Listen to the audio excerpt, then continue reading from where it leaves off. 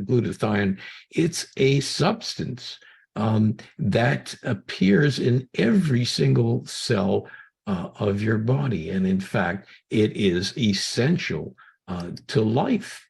There have been over 175,000 medical and scientific publications on it. Just to put that into context, if you go to PubMed, which is the major repository of scientific articles written in the world, you might find 40 or 50,000 on vitamin C and maybe 60,000 on vitamin E, but there's over 175,000 on glutathione, which is more than vitamin C and vitamin E put together. So certainly has drawn a huge amount of attention from the scientific world. And this is now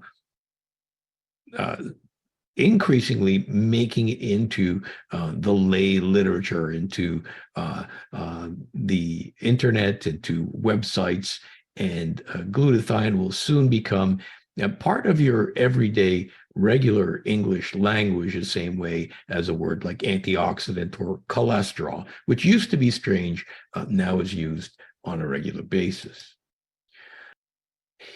Let me say that this is probably the most important slide that you're going to see tonight.